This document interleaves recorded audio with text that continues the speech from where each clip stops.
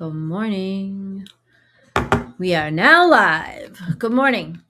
Welcome to the Unbreakable Wisdom Show. You may want to get a pen and a notebook for this one. We're going to talk about self-worth as it relates to your ability to prosper. So this is session, what is this, number 3 or 4? I think it's 3. Maybe it's 4. I don't even know. All right, it's 3 or 4 in the here. I'm gonna look it up while I'm waiting for all of you guys to realize that we are live and online.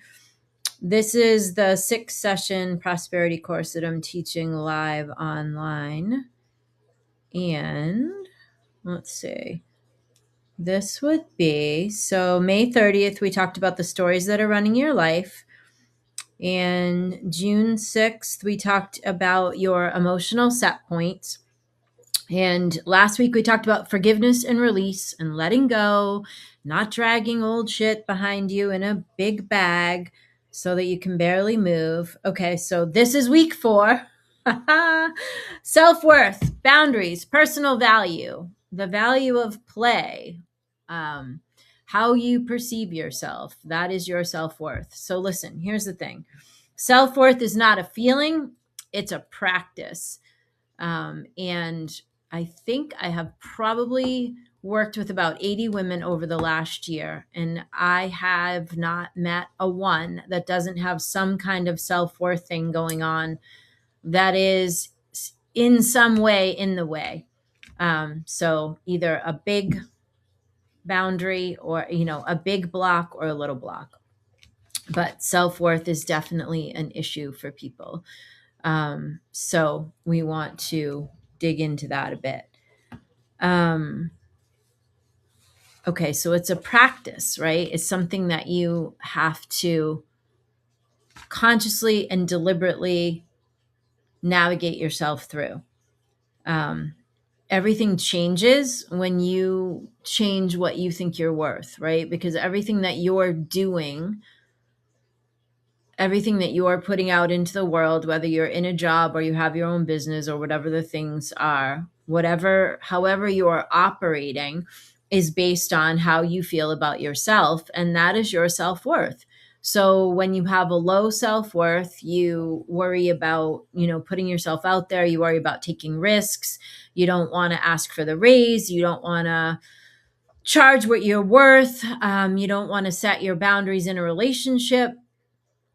All of those kinds of behaviors come from not feeling good about yourself and not having a high self-worth. So what we want to do is have you really understand that it's a practice and it isn't something, it's not like you either have self-worth or you don't have self-worth. There's something that you can do about that. There is something that you can navigate on the daily that will help increase your self-worth, right? There's things that you can do. So you'll only tolerate, earn, be able to negotiate, receive. All of those things will only happen at the level to which you think you're worthy. So all of the bigger things that you want in your life, all of the things that you want to go after or chase after, navigate, whatever it is, all of those things, you won't be able to achieve the things that you want to achieve unless you raise your level of self-worth and unless you raise what you think about yourself. Okay. So my first question for you is, where in your life are you accepting less than you deserve? Where are you settling for less? Where are you accepting behavior that's unacceptable to you? Where are you tolerating things that you don't want to tolerate? Where are you settling for less than what you actually deserve? That's the first place to look. The second place to look is, where are the stories that are running underneath everything that are taking, are hitting at your self-worth, right? Because like we talked about in the first session a few weeks ago, when those stories are running underneath everything, that's dictating your life. So if somebody once told you that you're not good enough or you can't do it or it isn't going to happen or whatever it is, whatever story somebody told you that you believed and you're now carrying with you, that's secretly like under there running everything, right? So that's like, I'm not ready, I'm too old, I don't deserve it, I won't be able to do it. I'm afraid, I'm not brave enough for this, whatever the case may be.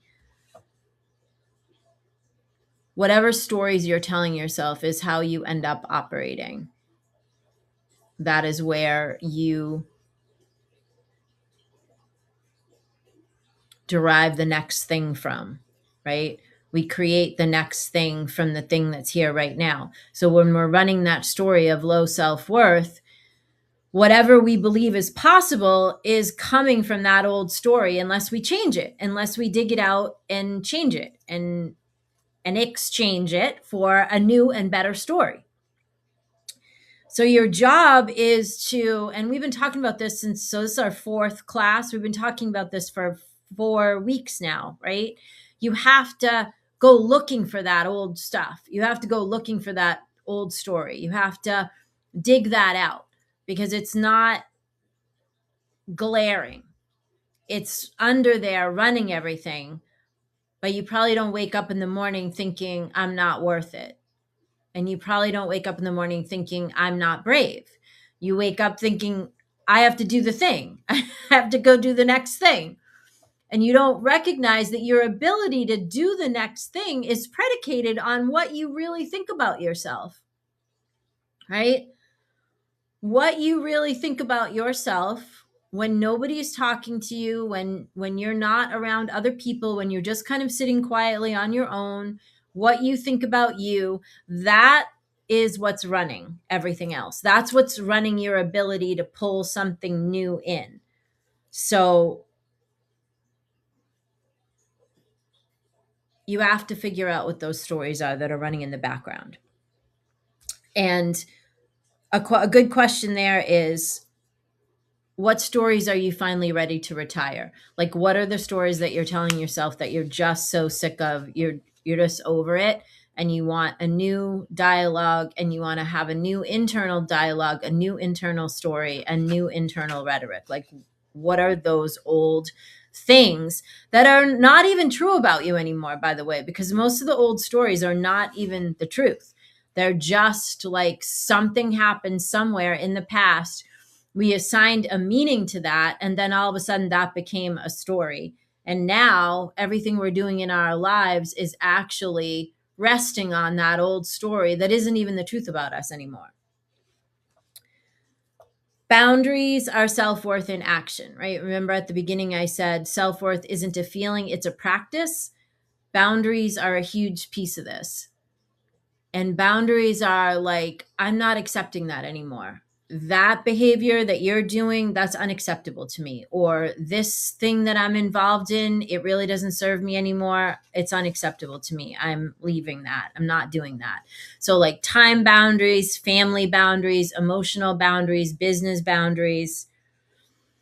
People that struggle with self-worth usually struggle with boundaries. These are things that I learned like later in life, in my 20s and 30s. I was not great at this stuff. My 40s and 50s have been much better at boundaries and deciding like what works for me and what doesn't work for me. So highly recommend setting your boundaries, because without that, your self-worth is going to suffer. When you continue to tolerate shit that's not tolerable to you, it erodes what you think about yourself, because you really don't want to go to that event, or you don't want to make that phone call and talk to that person, or you don't want to listen to that rhetoric anymore. And you keep doing it because you're either people pleasing or you feel guilty or whatever the case may be. And you are actually eroding your self-worth because you are not, thinking highly enough of yourself that you're setting those boundaries to protect your time and energy. Okay. The other thing that we are usually doing is we are overdoing. We're like overgiving, overcompensating, overdoing, over, which usually means we're trying to fix and save people that we have no control over. So it's time to have a little more fun. It's time to lighten up a little bit. When you are able to just let go of stuff and allow yourself joy and allow yourself to have fun, and this goes back to our emotional scale chart, right? Which, by the way, you can go to unbreakablewisdom.com and click the free stuff button, and that chart is there for you to download. We adapted it from the Abraham Hicks chart, and it's just free. You don't even have to give an email address or anything. So go to the site and just click free stuff, and you can get the notes from the last couple sessions, and you can also download that chart for yourself.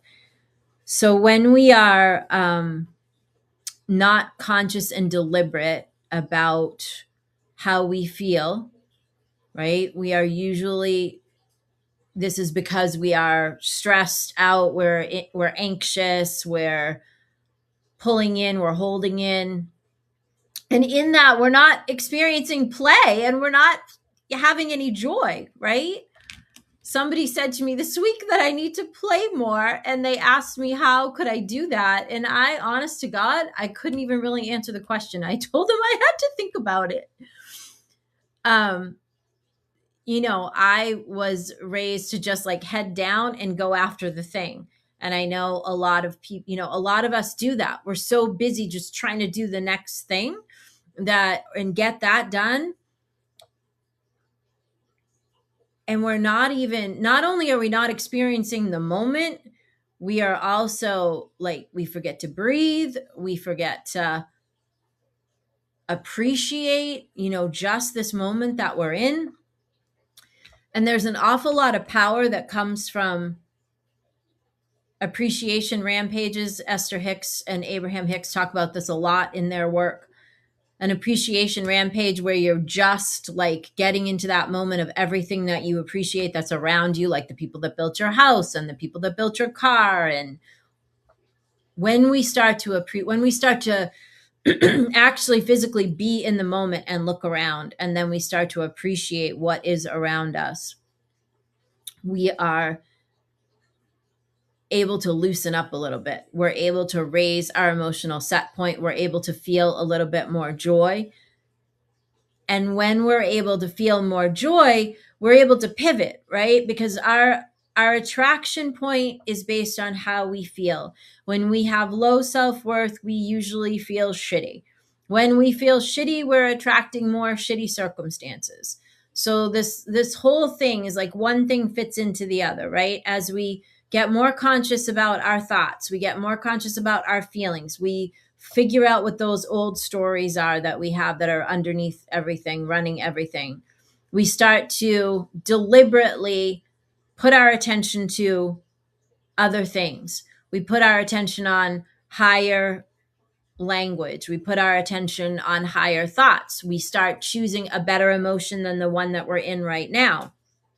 And as we do that, we feel better about ourselves. Then we're able to set boundaries and we're able to say no to things that we don't want to do. And we're able to choose differently. So playing and having fun is part of that, like going after joy, going after just something that brings you pure joy, and just being able to experience that. As you experience more joy, your emotions elevate, your set point elevates, what you think about yourself elevates, and you're able to attract things at a higher vibration, right? You're able to bring in different experiences, because when we spend our time feeling shitty about ourselves and we have like negative self-talk and rhetoric that leads to low self-worth, then the whole thing stays down here. When we want to raise, we have to raise everything. We have to raise what we think about ourselves internally. We have to raise those internal stories. We have to change them and substitute better stories than the ones we've been telling ourselves. And we have to like relax a little, let up a little, like paint, dance, play hopscotch with your kids, play catch, read a book just for the hell of it, color, walk on the beach, garden, something, anything to bring you joy. That's your assignment for this week, is like, do something that just brings you pure joy, that allows you to breathe and stop worrying so much about everything. First of all, when you're worrying, it does nothing. Okay. Because if we understand that our emotional set point is our attraction point, when we're worrying, we're feeling anxious. When we're feeling anxious, our emotions are low. When our emotions are low, our attraction point is low. This all works together, right? Staying in action is a great way to get yourself, to a higher level of emotion too, by the way, because when you're in action, you're usually thinking about like the thing that you're going after, right? The thing that you're going to act on, you're thinking about that. And so you don't have time to think about all the other stuff you were just thinking that was putting you in a bad mood. When you stay in action, you're moving yourself forward and you're automatically like working to elevate yourself. So you build your self-worth through daily choices. So if you want to increase your self-worth, it looks like, protecting your time and keeping promises to yourself and speaking kindly to yourself and surrounding yourself with healthy people that respect boundaries for themselves and for you, and allowing yourself to rest and allowing yourself to experience more joy and taking courageous action. I think it was Eleanor Roosevelt that said, do something every day that you're afraid of. Do one thing every day that you're afraid of. When you do things that you are afraid of, when you exercise when you push yourself outside your comfort zone, you gain a little bit more self-worth, right? Because every time you do something that you're afraid of and you succeed, that gives you a feeling. And that feeling helps you to build your worthiness index. So, short lesson this morning on self-worth, a really important piece of your prosperity puzzle, because you can only bring in what you believe that you deserve. Not what you tell people you believe, but what you secretly believe about yourself. You can only bring in what you believe you deserve. And what you believe you deserve stems from what you think about yourself. It stems from how you value yourself and how you think about yourself. So, in order to raise your ability to attract amazing things, right? You have to raise what you think about yourself. You have to be able to see and believe your value and believe that you're worthy. So your assignment, should you choose to accept it, is to let go of something that you've been holding on to that's no longer serving you. So that's also a question that I asked you last week. Last week, I asked you to look at, what isn't serving you anymore. And so now I'm asking you to let go of something that isn't serving you anymore and have more joy. Do something that just brings you joy for the sake of having fun and being joyful. If you have little kids, this is easier because you can just get down and play with them. If you have older kids or you have adult children, just be crazy and do something fun. Just for the hell of it. Go walk on the beach, go to the lake, have a coffee, go see a funny movie, read a book you wouldn't normally read. Just do something that brings you joy. And start to also really just check those internal conversations to see, where are you still telling yourself something about yourself that is no longer true? Where are you still serving up a story that is no longer the truth about you? The way to increase our self-worth is to get rid of those old stories and change them out for a new story. You get to be a new person every single day. That choice is yours. You can be anything that you want to be.